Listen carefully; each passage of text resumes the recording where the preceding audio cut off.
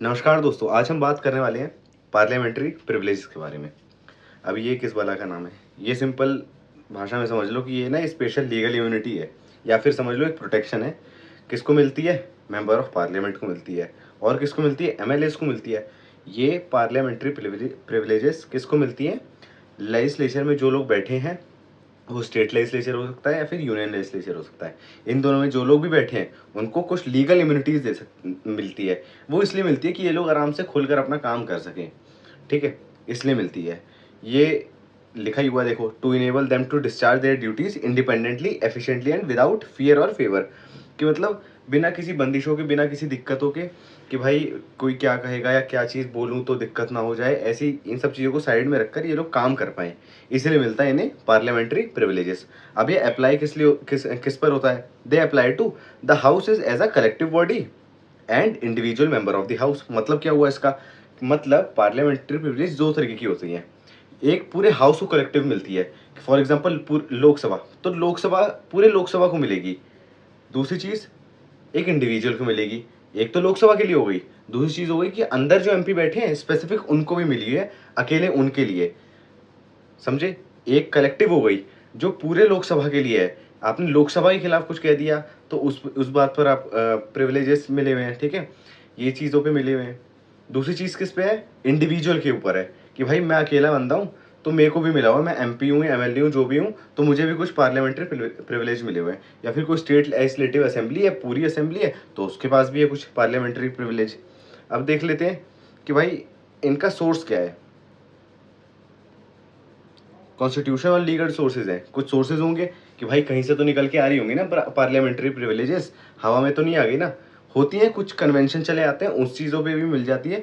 लेकिन आई basic sources की बात करते हैं। पहला क्या है? आर्टिकल 105। 105 को क्या करना है? अब आर्टिकल आ गया भाई, बेयर एक्ट से पढ़ना है, जाकर देखना क्या है। Privileges of parliament and MPs किसकी लिखी हुई है? पार्लियामेंट की और एमपीज की, एमएलए की नहीं है। आर्टिकल 194 में किसके पास है? एमएलएस की दे रखी है, स्टेट लेजिस्लेचर की दे रखी है। याद रहेगा कि आर्टिकल 105 किसकी है? आंख बंद करके बोलो, आर्टिकल 105 किसकी है? Privilege of parliament and MPs. Article 194 किसका है? Privileges of state legislature and MLAs.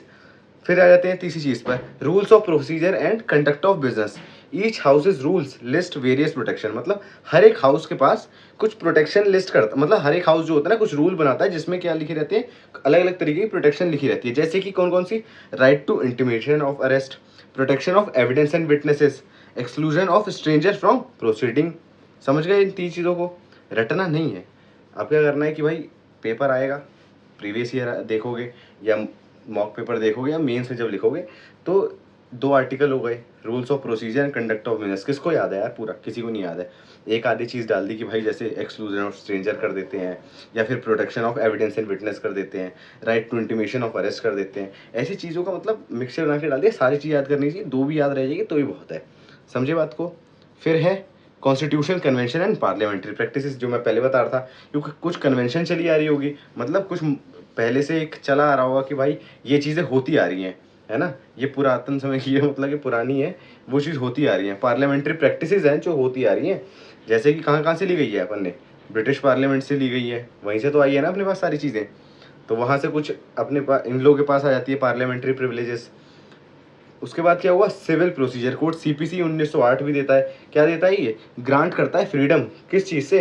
Arrest in civil cases during session. Session जब चल रहा है, सेशन चलना होना चाहिए, इस बीच में आप अरेस्ट नहीं कर सकते सिविल केसेस में। समझे? फिर है जजमेंट ऑफ सुप्रीम कोर्ट। हाँ, इवोल्यूशन तो होता ही रहता है ना। सुप्रीम कोर्ट जो कुछ जजमेंट पास करेगी, कुछ लॉ पास होंगे तो उनसे भी आती रहती है। तो क्या हो गया? जजमेंट हो गई। वो क्या करता है? स्कोप डिफाइन करता है, लिमिट डिफाइन करता है, या नेचर डिफाइन करता है प्रिविलेजेस की। डिबेट एंड पार्लियामेंट्री रिपोर्ट, इन सब से भी आती है। ये सब भी सोर्स हैं। अब कुछ की प्रिविलेजेस हैं जो एंजॉय किए जाते हैं दो लोगों के द्वारा, एक इंडिविजुअल मेंबर के द्वारा, एक कलेक्टिव प्रिविलेज होते हैं जो पूरे हाउस के द्वारा होते हैं। पहला पढ़ते हैं इंडिविजुअल मेंबर के बारे में कि भाई इनके इनके पास क्या है? फ्रीडम ऑफ स्पीच है इन दी हाउस। अपने पास तो रीजनेबल रेस्ट्रिक्शन है ना, हमारे पास भी फ्रीडम ऑफ स्पीच है, लेकिन हमारे पास क्या है? कुछ रीजनेबल रेस्ट्रिक्शन है। हमें कुछ चीज़ों में ना सोच समझ कर बोलना पड़ेगा, कुछ चीज़ें हम नहीं बोल सकते, लेकिन इनके पास नहीं है। इनके पास एब्सोल्यूट फ्रीडम ऑफ स्पीच है। ये नहीं कि आप गाली गलौज करोगे, लेकिन हाँ एब्सोल्यूट है, मैक्स जितनी हो सकती है वो सारी है। कहाँ दे रखी है? आर्टिकल 105 सब क्लॉज 1 में दे रखी है, आर्टिकल 194 सब क्लॉज 1 में दे रखी है। फिर क्या है? Immunity from legal proceeding for anything said और वोटेड इन दी हाउस।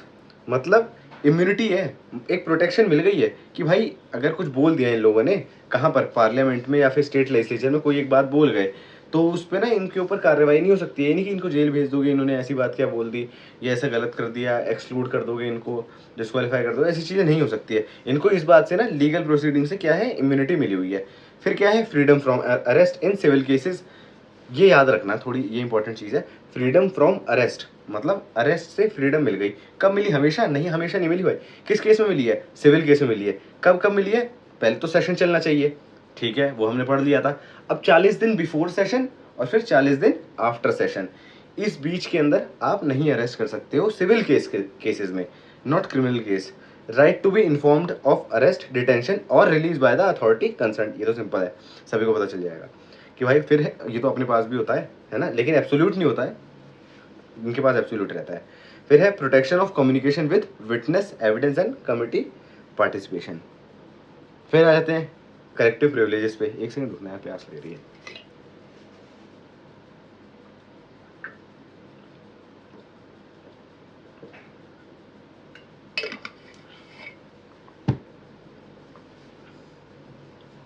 फिर है कलेक्टिव प्रिविलेजेस। किसके पास है? हाउस के पास है। पहला क्या है? Right to regulate internal affair of the house. जो इंटरनल अफेयर्स हैं हाउस के, हाउस कैसे चलेगा, कैसे काम होगा, क्या एडमिनिस्ट्रेशन चलेगा, जो भी चीज़ें होंगी वो इन्हीं के पास राइट है कि हम रेगुलेट करेंगे, हमारे पास राइट है ये। दूसरा, राइट टू एक्सक्लूड स्ट्रेंजर्स। आप देखते होगे, आप पता नहीं कितने लोगों को पता नहीं पता कि हाँ हम ना जाके पार्लियामेंट में प्रोसीडिंग्स देख सकते हैं। जो नीचे जो फ्लोर होता है ना पार्लियामेंट का, वहाँ पर सारे पार्लियामेंटेरियंस बैठे रहते हैं, डिबेट करते हैं, ये सारी चीज़ें करते हैं, नए नए मुद्दे उठाते हैं। लेकिन एक ऊपर भी फ्लोर बना हुआ है, मतलब थोड़ा सा ऊपर एक लॉबी टाइप की बनी हुई है, ऊपर एक बना हुआ है, एक और फ्लोर बना हुआ है, वहाँ से देखते हैं। तो अगर कोई ऐसी बात हो गई है कि भाई पूरे लोकसभा को या राज्यसभा को या स्टेट लेजिस्लेचर को लग रहा है, किसी एक को भी अपने प्रोसीडिंग में लग रहा है कि भाई आज ना स्ट्रेंजर्स जो आ रहे हैं ना उन्हें मना कर देते हैं, सिर्फ हाउस के लोग ही रहेंगे, वही इस चीज़ से बात करेंगे, तो इनके पास राइट है, राइट टू एक्सक्लूड स्ट्रेंजर्स। आप और मेरे को जो मना कर देंगे कि भाई अभी मत आओ, अभी थोड़ी इंपॉर्टेंट मीटिंग चल रही है, तो आप लोगों को एक्सक्लूड किया जा रहा है। Right to conduct secret sitting, ये भी चीज़ है कि भाई सीक्रेट सिटिंग कर लेंगे एक दिन कि भाई यहाँ पर बैठे अपन और बैठ के बातचीत कर लेंगे सीक्रेटली, बाकी लोगों को नहीं बताएंगे। राइट टू बाकी लोग मतलब हम लोगों को, जो पार्लियामेंटेरियन है उनको तो बताना पड़ेगा क्योंकि उनके पास भी तो प्रिविलेज है ना। फिर है right to prohibit publication of debates. फिर है right to punish for contempt और ब्रीच ऑफ प्रिविलेज। ये राइट किसके पास है और किसके पास है? सुप्रीम कोर्ट के पास है। और किसके पास है? हाई कोर्ट के पास है। बताना, अब ये देख के बताना कि डिस्ट्रिक्ट कोर्ट के पास है कि नहीं है कंटेम्प्ट का, ये इंपॉर्टेंट चीज़ है। फिर आ जाते हैं judicial interpretation and landmark cases. हर बार देखते हैं, हर एक चीज़ में अपन क्या करेंगे, पूरा कॉन्सेप्ट समझेंगे, लेकिन उसके पीछे ना केस, कुछ लैंडमार्क केस या फिर जुडिशियल इंटरप्रिटेशन जिसे कहते हैं, वो करके देख लेंगे, जिससे सारे केस नहीं याद करने, एक आधा को याद, दो को याद कर लो, जिससे कि वहाँ पर वैल्यू एनरिचमेंट, आंसर एनरिचमेंट हो जाए आप लोगों की। पहला है MSM शर्मा वर्सेस कृष्णा सिन्हा 1959। इसको क्या बोलते हैं? सर्चलाइट केस भी बोलते हैं। Article 194(3) prevails over article 19(1)(a)। The house can restrict publication of proceeding.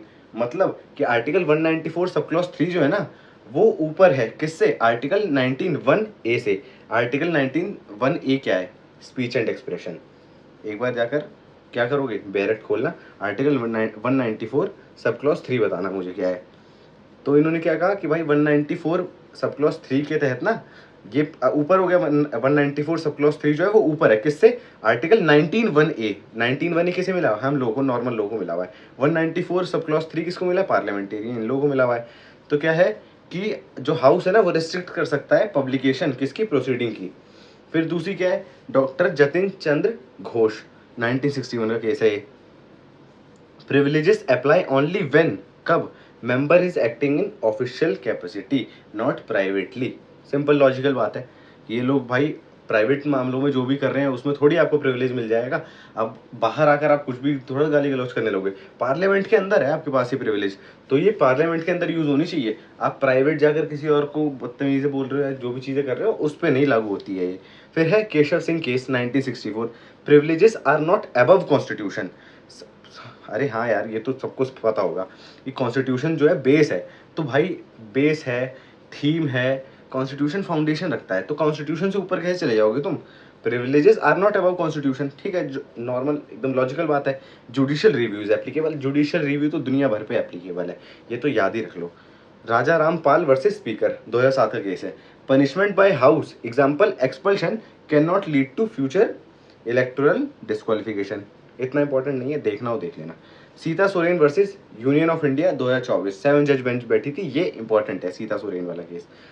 Over ruled PV Narasimha Rao 1998 का, ब्राइबरी इज नॉट प्रोटेक्टेड अंदर article 105 sub clause 2, article 194 sub clause 2। इसको मैं थोड़ा इंपॉर्टेंट है तो इसलिए थोड़ा डिटेल में बताता हूँ कि हुआ क्या है इसके अंदर। इसमें पहले क्या था ना, पहले क्या होता था कि जो ब्राइबरी अगर एमपी वगैरह ये सब लेते हैं ना, तो ये भी इनके प्रिविलेजेस में इंक्लूडेड होता था, इनको इसके लिए भी इम्यूनिटी मिल जाती थी। लेकिन सुप्रीम कोर्ट ने इसमें कहा कि भाई प्रिविलेजेस किस चीज़ के लिए मिलता है, अच्छी चीज़ों के लिए मिलता है। अब तुम इसके अंदर ब्राइबरी को भी इंक्लूड कर लोगे तो कैसे चलेगा, ऐसे चलेगा काम, नहीं चलेगा ना। तो इसीलिए ब्राइबरी जो है ना not protected, bribery is not protected किसके under, article 105 sub clause 2, article 194 sub clause 2। अरे भाई देखो बात सुनो, जितने भी आर्टिकल बोल रहा हूँ प्लीज़ प्लीज़ भाई, मेरे लिए तो करोगे नहीं, अपने लिए करोगे, करना होगा तो करना, नहीं करना मत करना। कितनी देर लगेगी, उठा बगल डाउनलोड कर लेना भी, राइट, नहीं होगा तो गूगल पे सर्च मार देना ये article 105 sub clause 2, article 194 sub clause 2, पढ़ लेना कि है क्या। तो लिंकिंग बैठ जाएगी ना कि भाई ये चीज़ लिखी थी, पीछे ये चीज़ होती आई और सुप्रीम कोर्ट ने अब ये जजमेंट दे दी है, तो समझ आ जाएगा, पूरा एक सिनेरियो बन जाएगा आंखों के सामने।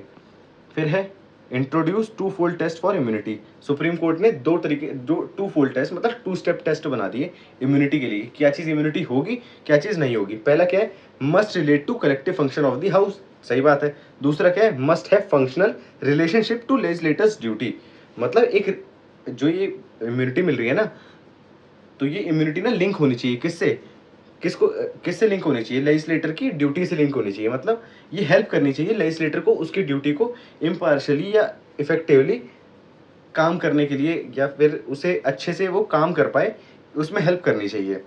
फिर है contempt of the house, what constitutes it, मतलब जो कंटेम्प्ट हो रहा है ना हाउस का, उसमें क्या क्या क्या चीज़ों को आप कंटेम्प्ट मानोगे, ये सिंपल समझ लो। टाइप्स ऑफ कंटेम्प्ट लिखे हुए हैं या फिर ब्रीच ऑफ प्रिविलेज लिखा हुआ है। पहला क्या है, false evidence before parliamentary community. हाँ भाई, तुम गलत एविडेंस पर गलत एविडेंस भी ला दोगे और फिर कह दोगे कि पार्लियामेंट्री प्रिविलेज है मेरे पास, ऐसा नहीं चलेगा ना। तो क्या है, ये कंटेम्प्ट हो गया। ऑफरिंग ब्राइब है कंटेम्प्ट, हाँ है। Reflection on character of member, presiding officer और हाउस इटसेल्फ, तो ये भी है कंटेम्प्ट कि आप किसी के मतलब कैरेक्टर पे लांछन लगा रहे हो। अभी थोड़ी बोल सकते हो कि ये महिला ऐसी है या फिर ये आदमी ऐसा है, ये बुरा है, ये मतलब कुछ ऐसी बातें नहीं बोल सकते ना आप, उसके कैरेक्टर पे सवाल नहीं उठा सकते। फोर्थ क्या है, reflecting on reports of committee. Fifth क्या है, पब्लिशिंग सीक्रेट सेशन प्रोसीडिंग। हाँ ये भी है कि भाई सीक्रेट सेशन रख दिया फॉर एग्जांपल सीक्रेट सेशन रखा किसने, पार्लियामेंट ने, कि भाई आ जाओ बैठते हैं और सारे लोग मिलके सीक्रेट सेशन करेंगे। अब आप आए फॉर एग्जांपल, आप मतलब मैं हूँ, समझ लो आपको क्या घसीट हूँ, मैं हूँ पार्लियामेंटेरियन। अब मैं आया, मैं चुपचाप से जो प्रोसीडिंग का जो जो चीज़ें हुई वो सब पब्लिश करा दिया कि भाई लो तुम लोग भी देख लो। अरे तो सीक्रेट सेशन हुआ क्यों था, तो ये भी तो कंटेम्प्ट हो गया ना, आप अवेलना कर रहे हो ना उस चीज़ की, तो ये दिक्कत दे रही है। फिर है publishing expelled proceedings, premature publication of bills और कमेटी रिपोर्ट्स, कि भाई अभी तो रिपोर्ट बन ही रही थी, एक ढांचा तैयार हुआ था रिपोर्ट का, कुछ बेसिक फ्रेमवर्क कुछ चीज़ें डाल रहे थे उस रिपोर्ट में, आपने पहले ही पब्लिश करवा दी, चुपचाप से चोरी करके पब्लिश कर दी, तो ये भी क्या हो गया, कंटेम्प्ट हो गया। फिर क्या है, मॉलेस्टेशन ऑफ मेंबर्स और interference in their duties. Molestation तो हर ही जगह आ जाता है, चाहे कंपनी लो चाहे पार्लियामेंट लो, मॉलेस्टेशन मिल ही जाता है। False reporting of proceeding media, ठीक है, ये तो देखते रहते हैं अपन।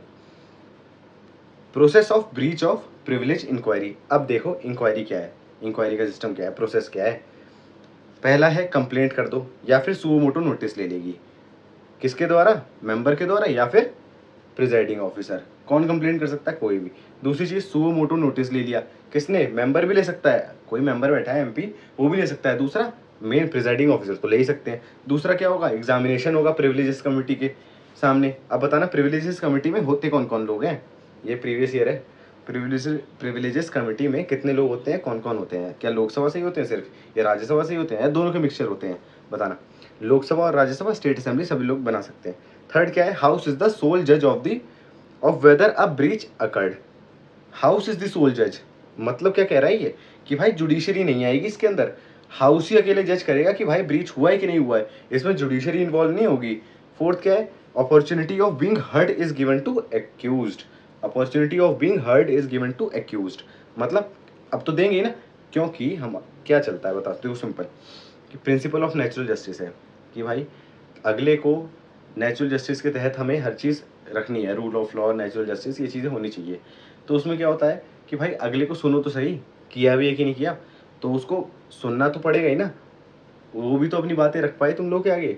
ये थोड़ी तुमने कहा कि भाई ये अवेलना कर दी लेजिस्लेचर की तो अब इसको सज़ा मिलेगी, अरे अगले को बोलने तो दो, क्या पता नहीं हुआ, क्या पता कुछ जस्टिफाई कर दे, ये सारी चीज़ें। फिर है fifth, house decide punishment can not be appealed but subject to judicial review. हाँ, जुडिशियल रिव्यू भी तभी हो सकता है जब रीजनेबल नहीं दी हो। फॉर एग्जांपल उसने छोटी सी सीक्रेट सीटिंग, जो उसमें नॉर्मल चीज़ें थी वही पब्लिश करी, बहुत इंपॉर्टेंट चीज़ें नहीं पब्लिश करी, अब उसके लिए फांसी की सज़ा मिलेगी, ऐसी नहीं होता ना। तो क्या है कि भाई जुडिशियल रिव्यू हो है, लेकिन रीजनेबल चीज़ों पर है, कि भाई हर चीज़ पे नहीं लग सकता, और ऊपर से आप ऐसी कोई अनलिमिटेड पनिशमेंट भी नहीं दे सकते। तीसरी चीज़ क्या है, इसको अपील नहीं किया जा सकता, क्योंकि ये कोर्ट नहीं है ना कि भाई हाई कोर्ट है फिर सुप्रीम कोर्ट है, ऐसे अपील नहीं होता कि भाई स्टेट लेजिस्लेचर ने मारा, स्टेट लेजिस्लेचर ने कोई सजा दे दी कंटेम्प्ट के चक्कर में, फिर आप पार्लियामेंट चले गए, ऐसी चीज़ें नहीं हो सकती। तो यहाँ पर अपील का सिस्टम नहीं होता है। फिर है पॉसिबल पनिशमेंट, क्या क्या होता है अब देख लो, क्या यहाँ पर फांसी लिखी हुई है, देख लेते हैं। एडमोनिशन, एडमोनिशन बताना क्या होता है, मैं बताता हूँ चलो। अच्छा, एडमोनिशन का सिंपल मतलब ये है कि भाई एक वार्निंग दे देना, ठीक है। रेप्रीमांड तुम बताना, एडमोनिशन मुश्किल शब्द था, मैंने बता दिया, रेप्रीमांड तुम बता देना। फिर है तीसरा सस्पेंशन फ्रॉम हाउस, ये तो बताइए, ये तो सिंपल ही समझ आ रहा है। एक्सपल्शन, एक्सपल्शन मतलब भाई निकाल दिया। फिर है इम्प्रिजनमेंट, वेरी रेयर है, up to the duration of the session. देख लो कितने समय के लिए है इम्प्रिजनमेंट, क्या आजीवन कारावास करा दोगे क्या, नहीं भाई, बहुत रेयर होता है। पहले तो रेयर ही है इम्प्रिजनमेंट होना। दूसरा कब तक चलेगा, जब तक सेशन है, ड्यूरेशन ऑफ द सेशन, जितने समय का सेशन है उतने समय ही आप क्या कर सकते हो, इम्प्रिजन कर सकते हो किसी को।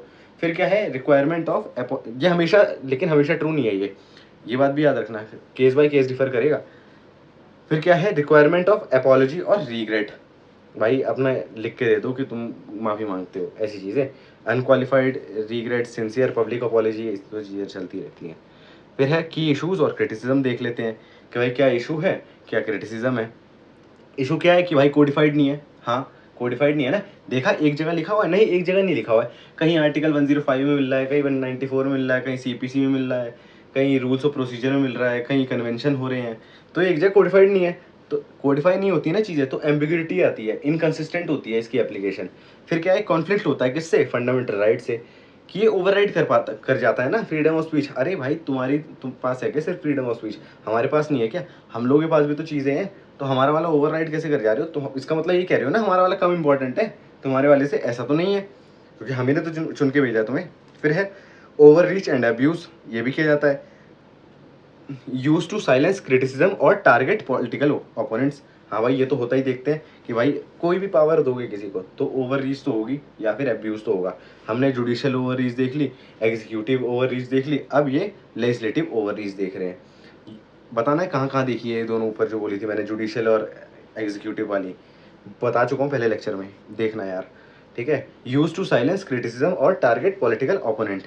फिर है politicisation, party majorities in the house can misuse privileges mechanisms. हाँ भाई हो ही सकता है। पॉलिटिसाइजेशन का मतलब क्या होता है कि जो मेजॉरिटी में है ना वो क्या कर रहा है कि भाई मिसयूज करने लगा अपनी पावर का, उससे क्या कर रहा है कि प्रिविलेज मैकेनिज्म को ना वो अपने अपने के लिए यूज़ कर रहा है, अपनी पार्टी के फेवर में यूज़ कर रहा है। फिर क्या है, limits on judicial review, limit लगा दी किस पे, जुडिशियल रिव्यू पे। Court can intervene only in exceptional cases, जो कि मैं बता दिया कि भाई हमेशा नहीं कर सकती, बहुत रेयर केस होते हैं तभी जुडिशरी, क्योंकि सेपरेशन ऑफ पावर भी तो लेकर आ जाएंगे ना ये लोग, बोलेंगे सेपरेशन ऑफ पावर है, देखो देखो नीचे लिखा हुआ है, threat to separation of power है। Excessive privileges claims can encroach on judiciary role, हाँ भाई सही बात है। फिर है suppression of press, restriction on media coverage can hurt transparency. आ जाते हैं अब रिफॉर्म कुछ होगा। रिफॉर्म मतलब समझते हो? हैं? समझते हो? रिफॉर्म मतलब क्या भाई? कुछ चेंज कर देना। सबको बताया यार, मजाक करो, घटिया मजाक तो पता है लेकिन फिर भी कर दिया। पहला है कोडिफिकेशन ऑफ प्रिविलेजेस, कोडिफाई कर दो। ऊपर जो गलतियां देखी थी उसको हम सुधार लेंगे, जैसे इंसान गलतियां करता है फिर उसका सुधार लेता है, वही चीज़ है कि अब रिफॉर्म क्या करना है कि भाई पढ़ता नहीं था, पढ़ने लग, यही तो रिफॉर्म है। पहला क्या है? कोडिफिकेशन ऑफ प्रिविलेजेस, कोडिफाई नहीं था, कोडिफाई कर दो। Establishment of privileges commission, committee नहीं कमीशन ही बना डालो, इंडिपेंडेंट हो सकता है या फिर पार्लियामेंट्री बना दो। तीसरा, पीरियोडिक ट्रेनिंग रखो, सेंसिटाइजेशन कर दो एमपीज और एमएलएस का। सेंसिटाइजेशन इतना बढ़िया शब्द है ना, कहीं पर भी सेंसिटाइजेशन ऑफ पुलिस कर दो, सेंसिटाइजेशन ऑफ मीडिया कर दो, सेंसिटाइजेशन ऑफ जुडिशरी कर दो, कहीं पर भी लगा सकते हो, अच्छी चीज़ है ये ऐसा कीवर्ड है कहीं पर भी घुस जाता है, मतलब आलू की तरह है, हर चीज़ में डली जाता है मैक्सिमम चीज़ों में। अब ये नहीं कि किसी भिंडी आलू बना दिया, ऐसी चीज़ नहीं, ये सब गंदी बात नहीं करनी है। फिर है strengthening committee system to reduce politicisation. हाँ भाई, involving judiciary in interpretation cases of fundamental right conflict. Six क्या है? Promoting cross party consensus on privilege rules. Seventh क्या है? Transparency in privilege motion and punishment. जो हमने ऊपर चीज़ें देखी थी उसी का है, इसलिए मैं ज़्यादा एक्सप्लेन नहीं कर रहा। जैसे ट्रांसपेरेंसी को क्या है एक्सप्लेन करूँगा, चलो कर देता हूँ अगर बोलूँ तो। Transparency in privileges motion and punishment, कि भाई प्रिविलेज मोशन जब आए या पनिशमेंट दो तो उसमें ट्रांसपेरेंसी होनी चाहिए कि तुमने क्यों दी, हर चीज़ का रेशनल पीछे का बताओ ना। जैसे सिक्स वाले को भी कर ही देता हूँ, नहीं तो कहोगे भाई मुश्किल चीज़ हमारे पे छोड़ गया। Promoting cross party consensus. Cross party consensus मतलब कि एक पार्टी दूसरी पार्टी, इन दोनों के बीच में कंसेंसस होना चाहिए, मतलब दोनों लोग अग्री करें किस बात पे? प्रिविलेजेस के रूल्स पर, ठीक है। एट्थ क्या है? Balanced media freedom with rules protecting legitimate secrecy. ये तो सिंपल है यार, इसमें क्या ही बताऊँ, चलो बोलूँ अब? अच्छा नहीं बोलता, चलो। फिर है कंक्लूजन, फिर आ गया conclusion. Privileges are not crowns worn by politician, they are shields for to protect for public good. फिर से बोलता हूँ, privileges are not crowns worn by politician, मतलब ये ना एक वो क्या बोलते हैं, ताज नहीं है जो पॉलिटिशियंस ने पहना है, ये एक तरीके की शील्ड है। किस लिए दी गई है इन लोगों को? कि भाई पब्लिक के गुड करो, मतलब पब्लिक को हेल्प करो। तुम लोगों को जो पावर दी गई है उससे क्या करो? पब्लिक की हेल्प करो, पब्लिक के लिए सोचो, है ना, ग्रेटर गुड के लिए है ना वो तो। इसके लिए थोड़ी है कि भाई आपके पास एक्स्ट्रा पावर आ गई है तो अपने लिए यूज़ करोगे, इसलिए नहीं है। फिर क्या है? Parliamentary privileges must evolve in tandem with constitutional morality. Parliamentary privileges जो होते हैं ना, किसके साथ इवॉल्व होनी चाहिए, किसको दिमाग में रख के इवॉल्व होनी चाहिए? कॉन्स्टिट्यूशनल मोरालिटी और डेमोक्रेटिक अकाउंटेबिलिटी, इन दोनों को साथ में लेकर चलनी चाहिए पार्लियामेंट्री प्रिविलेजेस को, ठीक है। फिर है while these privileges are necessary to maintain the dignity and autonomy of the legislature, unchecked and undefined use may turn them into tools of impunity. क्या हो गया? अपना पार्लियामेंट्री प्रिविलेजेस हो गया ख़त्म। अब क्या करना है? उठाना है। क्या उठाना है? ये पूरा कंटेंट। फिर क्या करना है? सोचना है। किस लिए सोचना है? कैसे सोचना है? क्वेश्चन देखा, इस कंटेंट को उठा के उस क्वेश्चन के अंदर हमें ढालना है। कैसे ढालोगे? जब सोचोगे, ठीक है। तो कौन कौन से क्वेश्चन उठाओगे? प्रीवियस ईयर उठाओगे, फिर क्या उठाओगे? मॉक पेपर उठाओगे, फिर क्या करोगे? मेंस देकर आओगे यार, और क्या, झंडे गाड़ना। चलो बाय।